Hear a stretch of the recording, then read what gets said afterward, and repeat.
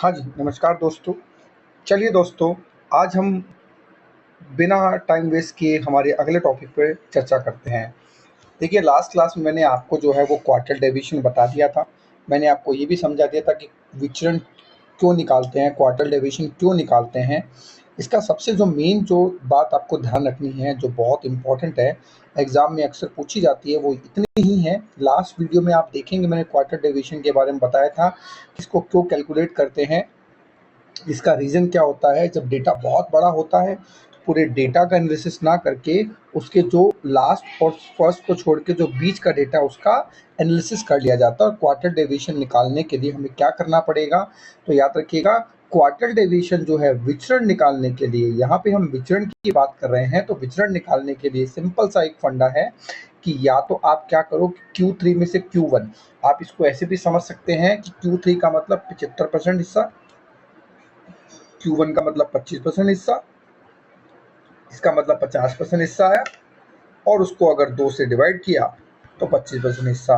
और मैंने आपको बताया कि 4 ही हिस्से होते हैं। ये देखिए, तो Q1 मतलब एक हिस्सा, तो एक हिस्सा कैसे निकालेंगे इसका। अगर इंटर क्वार्टर रेंज निकालना हो, अगर रेंज निकालना हो तो रेंज कैसे निकालेंगे, तो देखिए आप, सीधी सी बात है, Q1 तो लोवेस्ट है और Q3 हाईएस्ट है, इन्हीं के बीच में रेंज है, और इनके बीच रेंज कैसे निकलेगी, Q3 माइनस Q1 से इनकी रेंज निकल जाएगी। कल को अगर मैंने आपको बताया था निरपेक्ष माप और सापेक्ष माप है, तो अगर सापेक्ष माप निकालना हो तो ऐसे में हमें कोएफिशिएंट निकालना पड़ेगा, और कोएफिशिएंट का फॉर्मूला क्या होगा, Q3 minus Q1 divided by Q3 plus Q1। जैसे लार्जेस्ट वैल्यू और smallest value divided by L plus S हमने रेंज में सीखा था ना, उसी तरह का ये फॉर्मूला है जो आपको ध्यान रखना है। चलिए, अब हम बात करेंगे कि यहाँ से एग्जाम में कैसा क्वेश्चन पूछा जाता है। एग्जाम में क्वेश्चन ये जरूर पूछा जाएगा कि ओपन एंड क्लासेस और लेस देन मोर देन की जो क्लासेस होती है उसके लिए अपकिरण का कौन सा माप सबसे बेस्ट होगा। तो मैं आपको फिर कह रहा हूं, बिल्कुल आंख बंद करके आप क्वार्टर डेविएशन को आंसर में लिख सकते हैं। याद रखिएगा, इसे बाहरी छोरों से कोई मतलब नहीं होता है, मोर देन या लेस देन कुछ भी हो, उसे तो बीच के छोरों से मतलब होता है। तो ऐसे में कौन सा क्वार्टर डेविएशन सबसे बेस्ट माप होता है। अब देखिए दोस्तों, अब आज हम एक बात करेंगे एक और टॉपिक के ऊपर। अभी हमने जो बातें डिस्कस करी उसमें हमने ये तो पढ़ लिया कि मेजरली जो है वो अपकिरण के जो माप होते हैं वो कौन कौन से माप होते हैं। मैंने आपको 4 माप भी बता दिए थे कि अपकिरण के कौन कौन से माप होते हैं। लेकिन क्या अपकिरण के यही माप होते हैं, क्या इसका कोई ग्राफिकल प्रेजेंटेशन भी होता है। तो आज हम बात करेंगे इसके ग्राफिकल प्रेजेंटेशन को लेकर के। ये क्या है, ये कोई मैथमेटिक्स का फॉर्मूला नहीं है। मैक्स और लॉरेंज नाम के एक मैथमेटिशियन ने क्या किया, एक फॉर्मूला दिया। ये अपकिरण को मापने का कोई गणितीय फॉर्मूला नहीं है, बल्कि ग्राफिकल विधि है। ग्राफ के माध्यम से हम जब अपकिरण के माप निकालते हैं, जब हम विषमता का पता लगाते हैं, याद रखिएगा, जब हम ग्राफ के माध्यम से विषमता का पता लगाते हैं तो उसके लिए जो एक कर्व बनता है, उस कर्व को क्या बोलते हैं, याद रखिएगा, उस कर्व को जो है वो लॉरेंज कर्व बोलते हैं।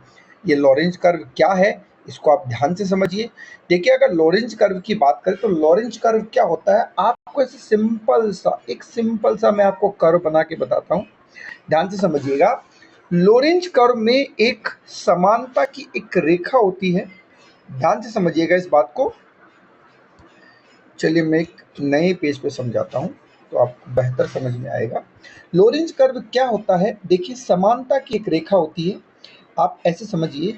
ये देखिए, ये एक कर्व है, इस कर्व पे 45 डिग्री पे एक रेखा है जिसे बोलते हैं समानता की रेखा, समानता की रेखा। और ये समानता की रेखा ये कहती है कि 45 डिग्री पे सब समान है।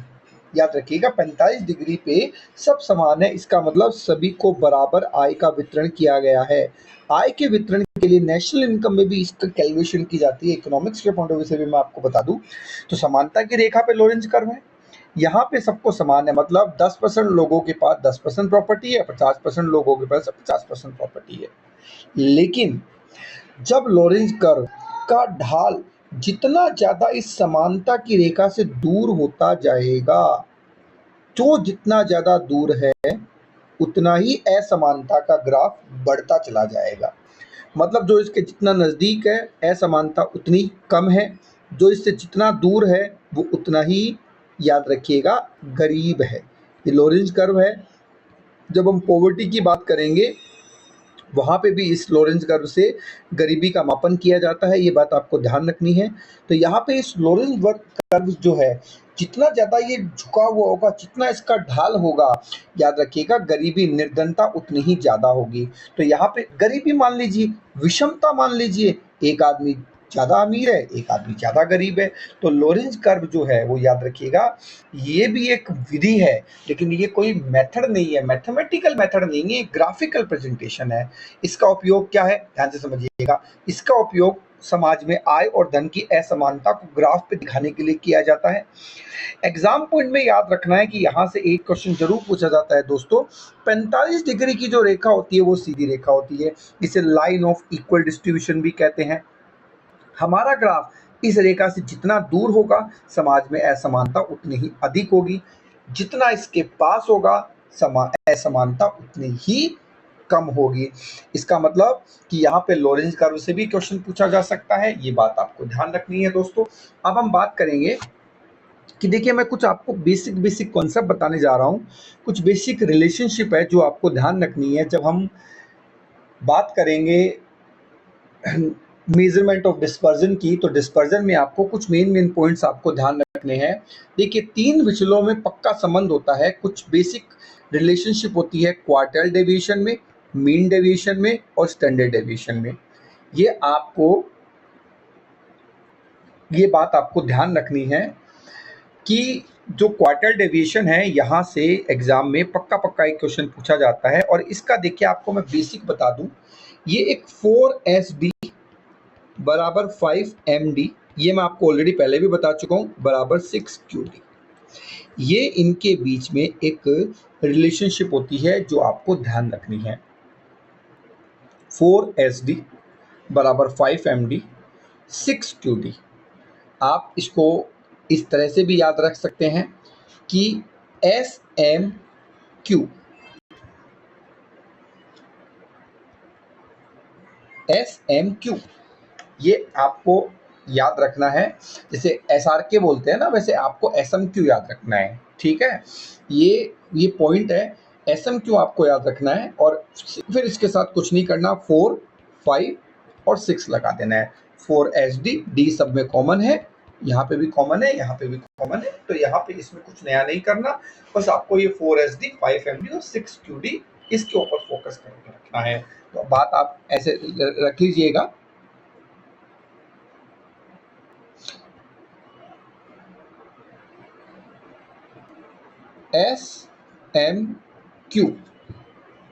SMQ याद रखना है। आप ऐसे भी कह सकते हो कि कॉमर्स के बच्चों से एसएम क्यों पूछी जाती है, कॉमर्स के बच्चों से एसएम क्यों पूछी जाती है। या आप ये भी कह सकते हो, आप कॉमर्स के स्टूडेंट हो तो आप ये भी कह सकते हो कि साइंटिफिक मैनेजमेंट क्या होता है, क्यों होता है, साइंटिफिक मैनेजमेंट क्यों होता है। कोई भी आप अपने हिसाब से बना सकते हैं। स्टैट्स मुझे क्यों नहीं आती, स्टैट्स मुझे क्यों नहीं आती, बस आप ये याद रख लीजिए, बस आपको स्टैट्स आने लग जाएगी। स्टैट्स मुझे क्यों नहीं आती, क्यों नहीं आती बताओ, क्योंकि आप 4S नहीं जानते, आप 5M नहीं जानते, आप 6Q नहीं जानते, बस लीजिए हो गया। अब यहाँ पे जो रिलेशनशिप है, ये बात आपको ध्यान रखनी है, ये बराबर होते हैं। तो 4SD बराबर 5MD बराबर 6QD। इसका मतलब मैं अगर एक एग्जांपल से आपको बताऊं तो इसका एक रेशियो बनता है जो बहुत इंपॉर्टेंट है, एग्जाम में यहाँ से जरूर पूछा जाता है, इस रेशियो में से क्वेश्चन जरूर पूछे जाएंगे, तो ये आपको ध्यान रखना है।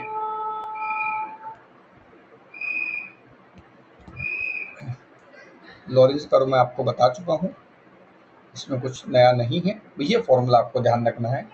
मान लीजिए मैं ये कहूँ, लेट सपोज अगर मैं ये कहूँ कि 4SD, ये तीनों बराबर है, ये तीनों बराबर है, ये भी 60 है, ये भी 60 है और ये भी 60 है, राइट, तीनों बराबर है।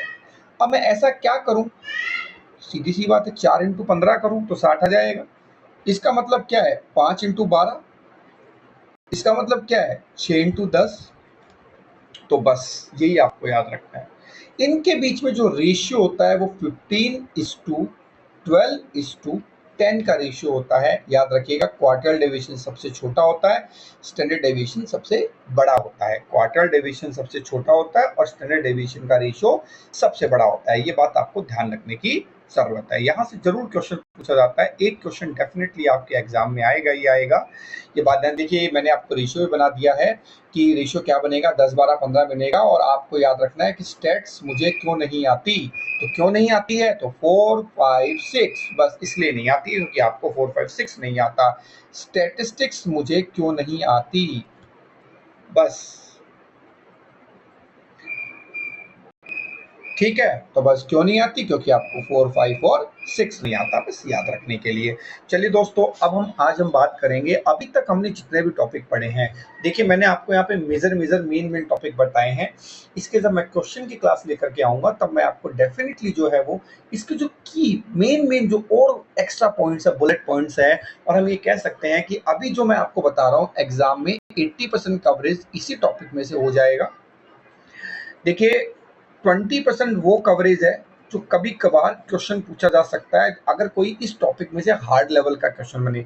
बेसिक क्वेश्चन अगर बनते हैं, मेजरली जो नॉर्मल क्वेश्चन बनते हैं, तो मॉडरेट लेवल आपका पूरा कवर है। अगर हम थोड़ा सा एडवांस लेवल की बात करें तो जब मैं इनके क्वेश्चन की प्रैक्टिस करवाऊंगा उस समय पे मैं इसके एडवांस वर्जन के क्वेश्चंस भी लेकर के आऊंगा, जिससे आप जो है वो एडवांस वर्जन के क्वेश्चंस को भी कवर अप कर सके। अब चलिए एक बार एक सारांश में, एक नज़र में हम इसके समरी को पढ़ लेते हैं। अभी तक मैंने आपको क्या पढ़ाया है, आप देखिए अपकिरण के जो माप है उनकी मास्टर समरी मैं आपको बताने वाला हूं। सबसे पहले रेंज हमने पढ़ी थी। क्या रेंज सभी पदों पे आधारित है? नहीं। देखिए रेंज सभी पदों पे आधारित नहीं है, केवल सबसे बड़े और सबसे छोटे पद पे आधारित है। चरम मूल्यों से प्रभावित होती है, हाँ बहुत ज्यादा होती है। अगर एक वैल्यू बदल गई तो पूरी रेंज बदल जाती है। प्लस माइनस के चिन्हों को इग्नोर करना है, नहीं, रेंज में प्लस माइनस के चिन्हों को ध्यान में रखा जाता है। ओरिजन मतलब क्या, प्लस माइनस जोड़ने या घटाने से वो चेंज नहीं होती, कोई चेंज नहीं होती है, लेकिन गुणा भाग करने से चेंज होती है। ये बातें मैंने रेंज की बताई। मीन डेविएशन क्या है, सभी पदों पे आधारित है, हाँ बिल्कुल सभी पदों पे आधारित है। चरम मूल्यों से प्रभावित है, चरम मूल्यों से प्रभावित है, याद रखिएगा। मध्यम है मतलब स्टैंडर्ड डेविएशन कम है, कम प्रभावित, स्टैंडर्ड डेविएशन से कम है, प्रभावित तो है लेकिन मध्यम है। याद रखिएगा प्लस माइनस के चिन्हों को इग्नोर करना है, हाँ जबरदस्ती इग्नोर करते हैं मीन डेविएशन में, तो यही तो प्रॉब्लम थी, तभी तो स्टैंडर्ड डेविएशन आया। ओरिजिन जोड़ बाकी से स्वतंत्र है, हाँ स्वतंत्र है। गुणा भाग का फर्क पड़ता है, हाँ जितना आप किसी चरों के पदों में गुणा करोगे उतना ही आपका मीन डेविएशन भी गुणा हो जाएगा। सेम हम बात करेंगे स्टैंडर्ड डेविएशन की, सभी पदों पे आधारित है, हाँ बिल्कुल सभी पदों पे आधारित है, सबसे बेस्ट माप है। और मैंने आपको बताया था कि सांख्यिकी का राजा है, किंग ऑफ स्टैटिस्टिक्स है। सांख्यिकी का राजा किसको कहते हैं, स्टैंडर्ड डेविएशन को कहते हैं। चरम मूल्य से प्रभावित होती है, हाँ बहुत ज्यादा होती है, क्योंकि विचलनों के वर्ग हो जाते हैं। मान लीजिए एक वैल्यू बदल गई, मान लीजिए 5 बदल गई तो वर्ग होके 25 बदल गया, तो बहुत ज्यादा प्रभावित होती है। प्लस माइनस के चिन्हों को इग्नोर नहीं, वर्ग कर दिया जाता है तो ऑटोमेटिक वो प्लस बन जाता है, लेकिन इग्नोर नहीं किया जाता है। ओरिजिन जोड़ बाकी से स्वतंत्र है, हाँ याद रखिएगा सबसे इंपॉर्टेंट है, आरपीएससी में ये क्वेश्चन बार बार में पूछा जाता है, क्या जोड़ बाकी से स्वतंत्र है? हाँ स्वतंत्र है, जोड़ बाकी से कोई फर्क नहीं पड़ता है। स्टैंडर्ड डेविएशन में अगर कुछ किसी स्टैंडर्ड डेविएशन में के सभी पदों में जितना जोड़ा जाएगा, स्टैंडर्ड डेविएशन भी उतनी संख्या से बढ़ जाएगा या उतनी संख्या से घट जाएगा। लेकिन क्या गुणा भाग से स्वतंत्र है? गुणा भाग से स्वतंत्र नहीं है, गुणा भाग का फर्क पड़ेगा ही पड़ेगा। उसके बाद अगला पॉइंट है वेरियांस। वेरियांस क्या होता है, सभी पदों पे आधारित होता है, हाँ बिल्कुल होता है। स्टैंडर्ड डेविएशन का स्क्वायर होता है, उसी का छोटा भाई होता है। ये बात ध्यान रखना है कि यहाँ पे स्टैंडर्ड डेविएशन में हम रूट बना देते हैं, यहाँ रूट बनाने से पहले की जो स्टेप है बस वही क्या है, वही आपका वेरियांस है। बस ये बात आपको ध्यान रखनी है, बहुत इंपॉर्टेंट है एग्जाम के पॉइंट ऑफ व्यू से। चरम मूल्य से प्रभावित होती है, हाँ बहुत ज्यादा होती है एक वैल्यू, क्योंकि इसमें भी पहले स्क्वायर किया जाता है। प्लस माइनस के चिन्हों को इग्नोर करता है, नहीं प्लस माइनस के चिन्हों को इग्नोर नहीं करता है क्योंकि स्क्वायर बनता है। ओरिजिन से स्वतंत्र है, हाँ है, अगर कोई संख्या जोड़ेंगे तो उतनी ही संख्या, यदि प्रत्येक पद में कोई भी नंबर 5 जोड़ा जाएगा तो जो आपका वेरियांस है वो 5 से बढ़ जाएगा या घट जाएगा, लेकिन गुणा भाग जो है उस पर कोई फर्क स्वतंत्र है नहीं, उस सॉरी मैंने उल्टा बोल दिया, ओरिजिन पे जोड़ बाकी पे कोई प्रभाव नहीं पड़ता, बिल्कुल स्वतंत्र है, लेकिन स्केल गुणा भाग से जो है वो स्वतंत्र नहीं है। ये बात आपको ध्यान रखनी है। यहाँ कोई फर्क नहीं पड़ेगा, लेकिन यहाँ पे फर्क पड़ेगा। अब लास्ट पॉइंट है क्वार्टाइल डेविएशन सभी पदों पे आधारित है? नहीं, ये तो केवल बीच के, मैंने बताया था ना कि फर्स्ट और लास्ट को हटा देते हैं, केवल बीच के 50% पदों पे ही आधारित होता है। चरम मूल्यों से प्रभावित होता है? बिल्कुल नहीं, क्योंकि हम स्टार्टिंग के फिगर्स और लास्ट के फिगर्स को तो घटा देते हैं। लेस देन और मोर देन में तो सबसे बेस्ट यही होता है ना, लेस देन और मोर देन की सीरीज में तो सबसे बेस्ट ही है, तो चरम मूल्य से प्रभावित नहीं होता है। ओपन एंड क्लासेस के लिए या ओपन एंड क्लासेस वाली सीरीज के लिए सबसे बेस्ट माप है। ओरिजिन से स्वतंत्र है? हाँ स्वतंत्र है, लेकिन गुणा भाग से स्वतंत्र नहीं है, मतलब ओरिजिन का फर्क नहीं पड़ता। किसी संख्या में जितना 5 जोड़ने से या 5 घटाने से आपके जो है वो इस पे कोई फर्क नहीं पड़ता है क्वार्टर डेविएशन पे, लेकिन गुणा भाग करने से फर्क पड़ता है। और लास्ट है लॉरेंज कर्व है, जो मैं आपको ऑलरेडी बता चुका हूँ कैसा माप है। ये ग्राफिकल विधि है, और याद रखना ये क्या करती है, समाज में धन और आय और मजदूरी की असमानता को मापने के लिए, याद रखना गरीबी के मापन के लिए लॉरेंज वक्र का प्रयोग किया जाता है। मैक्स और लॉरेंज ने दिया था। और 45 डिग्री की समानता की रेखा होती है, जो इससे जितना ज्यादा दूर होगा इस रेखा से, उतनी गरीबी दूर होगी, ज्यादा होगी, उतनी असमानता ज्यादा होगी। अच्छा, उसके बाद ग्राफ में 45 डिग्री की रेखा संपूर्ण समानता की रेखा कहते हैं। वास्तव में वास्तविक वक्र इस रेखा से जितना दूर होगा उतनी ही असमानता अधिक होगी। एक गोल्डन रेशियो है, विचलनों में संबंध है, जो मैं आपको ऑलरेडी बता चुका हूँ कि सांख्यिकी मुझे क्यों नहीं आती, स्टैटिस्टिक्स मुझे क्यों नहीं आती, क्योंकि आपको 4, 5 और 6 का मतलब नहीं पता। 4, 5, 6 मतलब 15, 12 और 10 का जो रेशियो है, ये रेशियो आपको याद रखना है। इसके भी पे आपसे क्वेश्चन पूछा जाता है। तीनों में अगर संबंध पूछा जाए तो क्वार्टर डेविएशन सबसे छोटा होता है और स्टैंडर्ड डेविएशन सबसे बड़ा होता है। रेशियो में मैं आपको बता चुका हूँ कि 4SD दे रखा हो तो आप उसको 5MD बोल सकते हो, या इसको आगे चल के मैं क्वेश्चन में बताऊंगा कि आप ये भी कह सकते हो कि 4SD डिवाइडेड बाई 5 बराबर MD, राइट। तो 4/5SD बराबर MD भी होता है। ये हम क्वेश्चंस में डिस्कस करेंगे इसी फॉर्मूले के आधार पे। अभी हमें जो है बेसिकली मेन चीज़ों को डिस्कस करना है। यहाँ पे दोस्तों हमारा जो एक टॉपिक है वो कंप्लीट हो गया है। आज हमने जो है वो मेजरली जो डिस्पर्जन है उसके विषमता के सारे टॉपिक पढ़ लिए हैं। मैंने आपको रेंज बता दिया है, मैंने आपको मीन डेविएशन बता दिया, स्टैंडर्ड डेविएशन बता दिया, क्वार्टाइल डेविएशन बता दिया, मेजरली जो है लॉरेंज कर्व बता दिया, और मैंने इनकी रिलेशनशिप भी आपको समझा दी। और सबसे मेन चीज़ जो आपको ध्यान रखनी है आपके एग्जाम के पॉइंट ऑफ व्यू से, मैंने आपको वो सारी बातें बताई है, वो सारी प्रॉपर्टीज बताई है, वो सारे फॉर्मूलाज बताए हैं जिनसे एग्जाम में क्वेश्चन बनते ही बनते हैं। लेक्चर की ये जो PDF है वो आपको इसका लिंक प्रोवाइड करवा दिया जाएगा। आप टेलीग्राम चैनल से इसको डाउनलोड भी कर सकते हो। पूरी तरह से जो है वो सारी चीज़ें मैंने आपको डिटेल में कोशिश करी है कि आपको हर एक बात, हर एक टॉपिक जो है वो मैं अच्छे से समझा सकूं। बस आप दोस्तों इस टॉपिक को पढ़ लीजिए और ये मान के चलिए कि कैसा भी एग्जाम हो वहाँ पे अगर यहाँ से क्वेश्चन बनेगा तो आप डेफिनेटली उस क्वेश्चन को कंप्लीट कर पाएंगे। चलिए दोस्तों, अगली क्लास में हम आपसे फिर मिलेंगे। तब तक के लिए ta-ta bye bye, take care.